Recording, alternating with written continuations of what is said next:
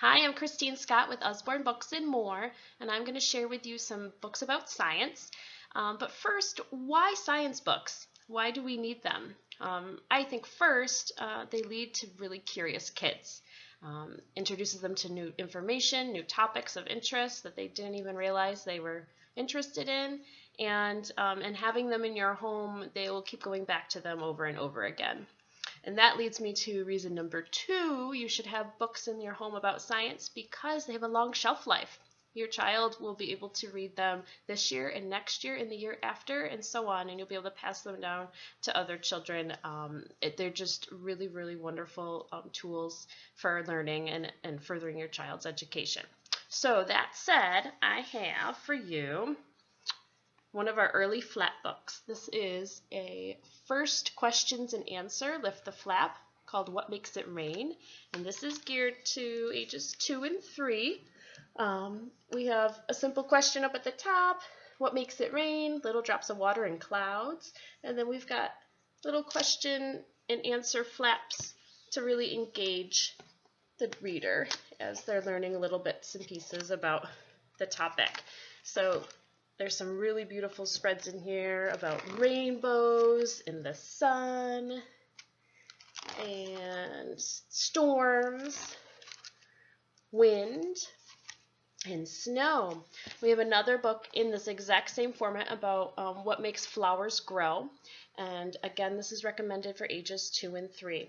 We also have flat books that target ages 3 and 4, 4 to 6, and I'm going to show you one more. This one targets ages 7 and up. It's a See Inside book. This is all about how things work, and this is really going to be great for your future engineers. It talks about simple machines, and again, we've got the same format where you lift the flap and you learn a little bit of information, but this has lots of information, lots of nuggets in here. This is about machines, movers, and shakers. How do all these construction equipment work? But then we have information about how vehicles work, how cars work, the bicycle, how musical instruments work. This is really neat about the piano. How your plumbing works. I need to read this page again because I'm not sure. And flying machines, everyday inventions. So love this book for your future engineer, somebody who's always curious about how something is working. And again, flat books for all ages. Ask any questions you might have for your particular reader. Another type of book we have is more of a reference book. Let's even call it an encyclopedia. This is one meant for your younger children, early elementary. It's my first reference book about our world. And I love how this takes the microcosm and it shows obviously planet Earth, but then talks about a little girl named Anna who lives at this house on this street. She's in a town in the country of England. England is part of Europe. Europe is part of Earth, and Earth is part of the solar system down here. And then this book talks about different things that are in our world, the natural and man-made, about weather, seasons. Again, beautifully illustrated. This one actually has a little quiz. Can you name these animals? And the answers.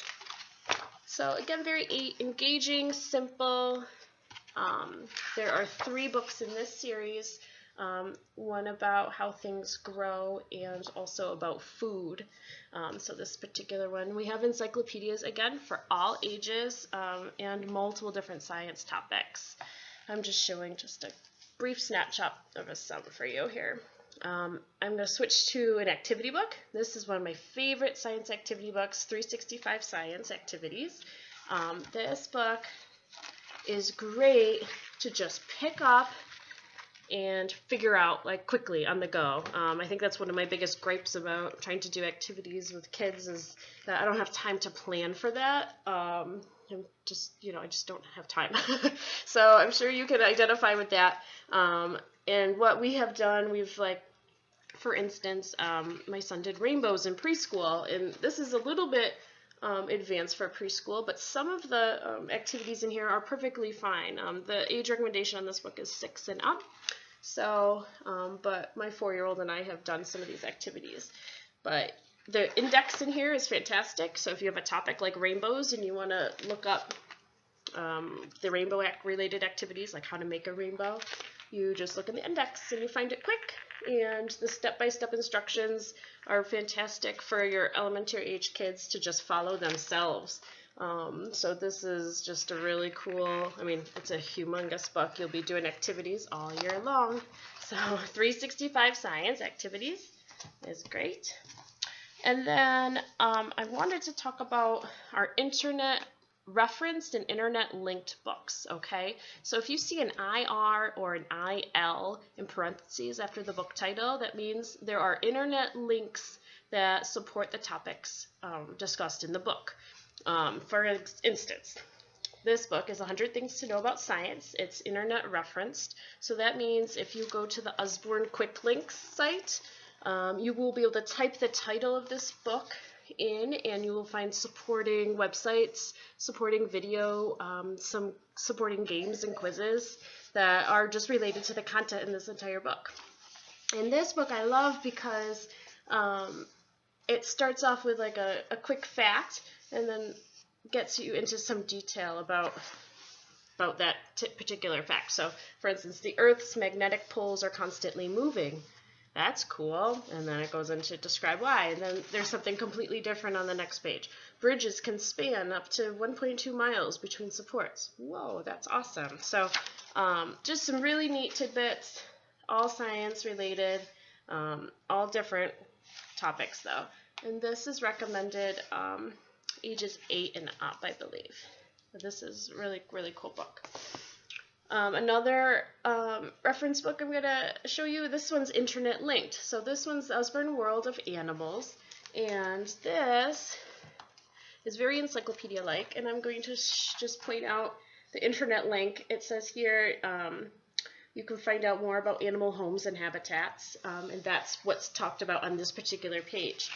On another page, you can go to the quick links again and you can find out animals that live in the different habitats of the Andes Mountains. And this is all about the Andes Mountains. So the level of detail your supporting material is, it's just differs based on whether it's internet linked or referenced.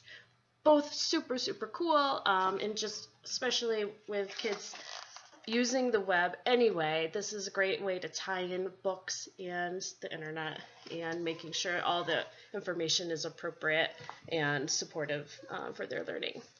Let us know if you have any questions at all about finding awesome science books for your readers, and have fun. Thanks.